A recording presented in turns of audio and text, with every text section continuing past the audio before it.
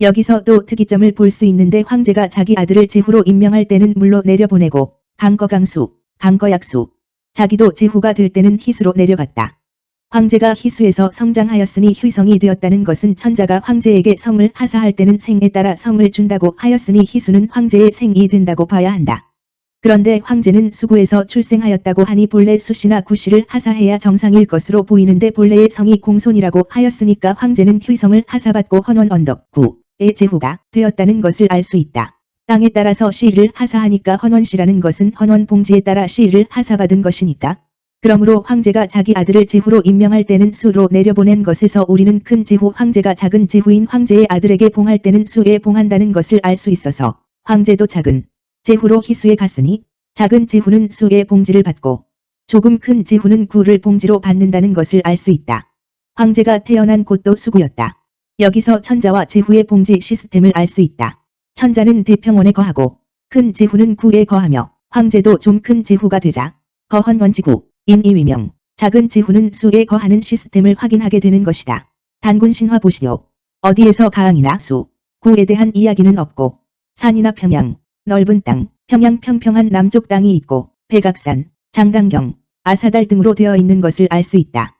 천자, 천왕은 큰 산이나 넓고 큰 대평원에 거한다는 것을 알 수 있는 것이다. 구나 수에 거하는 것은 제후의 신분, 간단하다. 소제후는 수에 거하면서 물고기나 수초나 먹고 살라는 것이며 구에 거하는 제후들은 언덕에서 작은 짐승이나 먹고 살라는 뜻이며 천자는 대평원에 거하며 농업을 하거나 가축을 방목하며 산다는 뜻이다. 사기의 위시조선 열전에는 수가 중요한 듯 이야기해지는 것을 보아 그 조선은 대조선의 소제후국으로 보인다. 또 사서에 나오는 수를 위주로 살아가는 것은 모두 제후의 위상을 강조하려는 듯하다. 우리나라도 최근 행정수도라고 해서 남쪽으로 옮기는 일을 하는데 그 도시의 가명, 임시명칭을 세종시라고 부르는 것을 보았었다. 이 같은 일은 한민족의 역사와 철학에 대한 아르마리가 부족한 까닭이 아닌가 하는 생각이 든다. 우리 천재민족의 대통령, 또 정부 조직이 거하는 곳에 세종이라는 이름을 올리는 것은 잘못이고 천재민족의 위상에 따라 큰 산 또는 넓고 큰 평원이라는 뜻에 합당해야 한다. 서라벌, 개경, 평양, 아사알, 대원, 태평,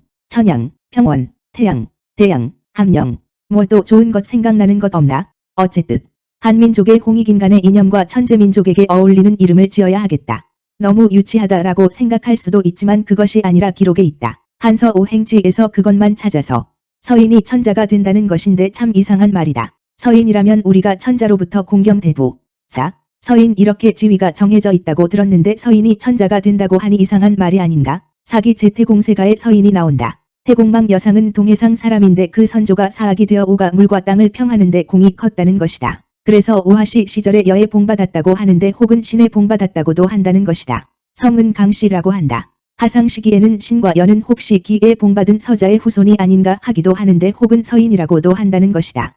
강태공은 동의의 선비, 집 해려시 춘추월, 동의지토라고 하니까 확실히 동의이고 그 사람을 서자, 서인이라고 표현하고 있어서 서자가 적자가 아니라는 방식으로 사용되는 것인지는 잘 모르겠다. 또 서인이라고 하고 있는데 서인이 있어야 천자가 된다는 말을 당유서인 위천자자을 연관지어 보면 확실히 서인이나 서자가 적자에 대한 말은 아닌 것 같다. 서인, 서자은 뭘까? 제왕운기 단군사회에도 유사한 내용이 나온다. 여기 제왕운기 내용은 다 믿을 것은 못 되지만 앞구절 상제환인 유서자 명웅과 한서 오행지에 당유서인 위천자자 서사 위천하웅 구성이 너무 유사하지 않은가?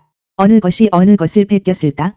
선대는 질박하고 후대는 수식이 생겨나니까 유서자, 명웅이 앞선 것이고 한서 오행지의 내용이 베낀 것이 될 것으로 보인다. 그런데 서인, 서자, 서사는 한웅이 되고 천자웅이 되고 천자가 된다. 서인은 도대체 뭐란 말인가? 제태공세가에서 강태공이 동의지사이고 서자, 서인이라고 하였으니 결국 서인과 서자는 동이라는 것을 알 수 있다. 그러니까 천자웅이 되고 천자가 되려면 먼저 서인, 서자, 서사이어야 하고 서인, 서자, 서사는 곧 동의의 선비여야만 하는 것이다. 이는 화랑도와 연관이 된다고 생각이 된다. 화랑들이 무리지어 산천을 돌아다니면서 호흡수련을 하여 인격도야를 한 결과 현신과 충신은 이로부터 나왔고 훌륭한 장수와 용감한 병졸은 이로부터 생겼다고 한 듯하다. 김태문 화랑세기월 현좌 충신 종차이 수량장 영졸 유시이생 천자, 천자웅 되는 수행을 무리지어 수행하는 사람들 자인이 당연한 일이 아닐까 하는 생각이 든다. 한국민들은 모두 민족 전통의 호흡수련을 해야 한다.